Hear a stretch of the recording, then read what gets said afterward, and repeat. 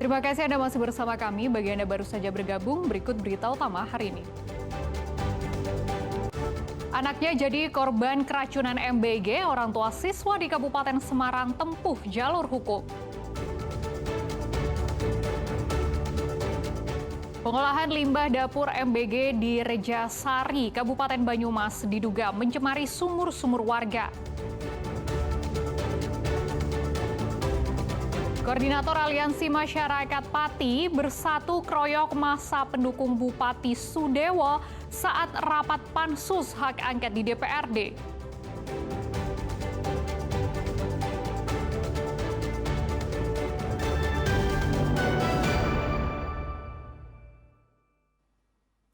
Harga ayam potong di Kota Tegal melonjak. Lonjakan itu dipicu naiknya harga pakan ayam.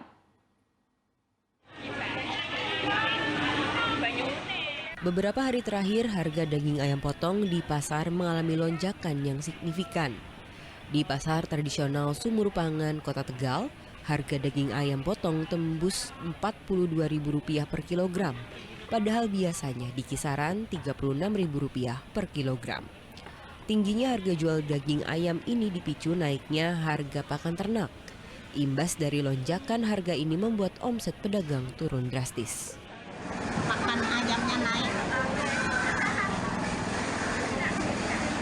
Pembeli gimana nih? Gimana? Pembelinya berkurang sedikit, biasanya banyak sedikit, makanya motong ayamnya tak kurangin sih, soalnya pembelinya kurang. Yang biasanya sehari bisa berapa kilo sekarang berkurang? Biasanya 25 ekor, 50 kilo, sekarang paling 20, tak kurangin 5 ekor. 40 kiloan lah. Layaknya efek domino, naiknya harga pakan ternak juga mempengaruhi harga telur ayam dalam negeri meski tidak signifikan. Dari harga Rp27.000 kini menjadi Rp29.000 per kilogram. Sugiartono melaporkan dari Kota Tegal. Tak terima sang anak diduga keracunan usai menyantap makanan bergizi gratis MBG, orang tua siswa SD Negeri 1 Ungaran di Kabupaten Semarang berencana akan menempuh jalur hukum. Selain itu, orang tua juga akan membuka posko aduan terkait keracunan MBG. Buntut dugaan keracunan dari makanan bergizi gratis, orang tua siswa SD 01 Ungaran, Kabupaten Semarang akan menempuh jalur hukum.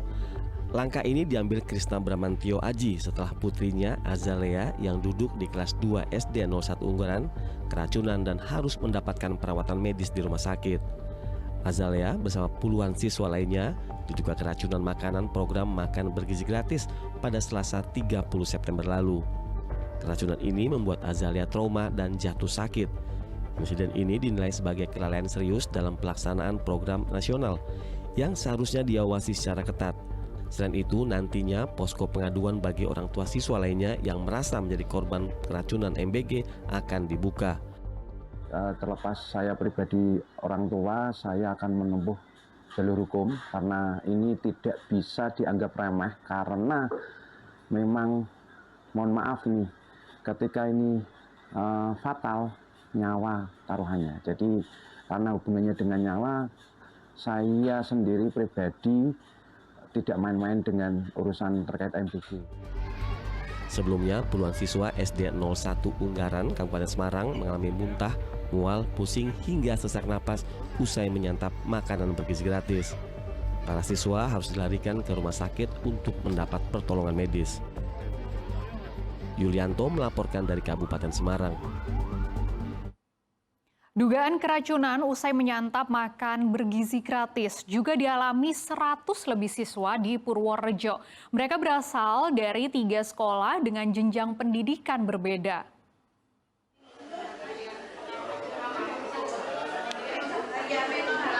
Ratusan siswa di Kecamatan Purwodadi, Kabupaten Purworejo mengalami keracunan usai menyantap makan bergizi gratis.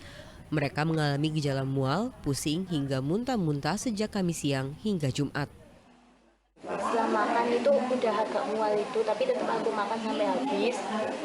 Habis itu baru ada pengumuman dari sekolah. kalau disuruh minum susu sama air putih yang banyak. Tapi pas aku minum susu belum ada setengah itu udah mual-mual, terus aku keluar muntah di tempat sampah depan kelas itu, terus refleks nangis, terus tangannya gemeter dibawa ke UKS sampai sini. Kalau sekarang yang dirasakan gimana? Kalau sekarang karena udah dapat penanganan ya udah agak mendingan, tinggal pusingnya aja sedikit. Siswa yang keracunan berasal dari 3 sekolah, SD Negeri Purwodadi Purworejo, SMP Negeri 8 Purworejo, dan SMA Negeri 3 Purworejo. Totalnya ada 127 siswa. Menu yang mereka santap adalah olahan kentang telur, serta olahan daging ayam, tahu, dan tempe. Penanganannya seperti yang dilihat di Puskesmas Bragolan, yang perlu rawat inap dilakukan rawat inap di Puskesmas, yang perlu dirujuk ke rumah sakit dilakukan rujukan, sebagian yang ringan-ringan sudah dipulangkan. Kalau yang dirawat di Puskesmas Bragolan itu berapa?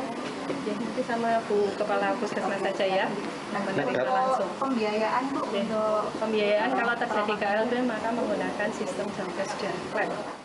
Dinas Kesehatan telah mengambil sampel makanan sisa MBG untuk diuji di laboratorium. Hingga Jumat siang masih terdapat 23 siswa yang menjalani perawatan di 6 fasilitas kesehatan di Purworejo. Sementara 104 siswa lainnya diperbolehkan rawat jalan. Wahyu Diono melaporkan dari Purworejo. Pengolahan limbah dapur MBG di Rejasari Kabupaten Banyumas diduga bocor dan merembes ke sumur-sumur warga. Akibatnya sumur warga tercemar mulai dari berbau hingga warna air berubah.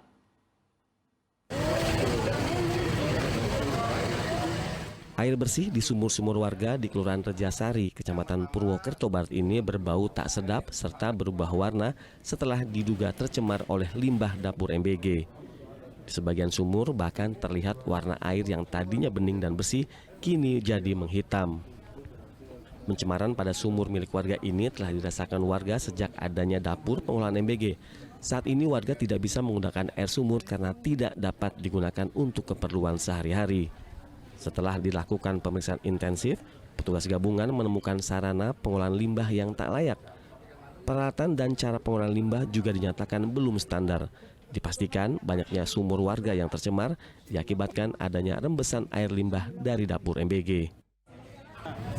Penyebab salah satu dugaan penyebab tercemarnya air sumur itu karena diresapkan ke tanah dan pengolahannya tidak sesuai standar yang disyaratkan. Terkait dengan hasil uji lab air, itu yang jelas kan hasil uji labnya ada dua sampel yang diambil, air limbah dan air bersih. Untuk kedua hasilnya itu ada beberapa parameter yang memang tidak memenuhi syarat. Jadi kesimpulannya memang harus ada perbaikan IPAL dan treatment kepada air bersihnya sehingga bisa digunakan secara layak untuk keperluan dapur. Mendukung ya program pemerintah, sama sekali tidak ada niatan jelek sedikit pun.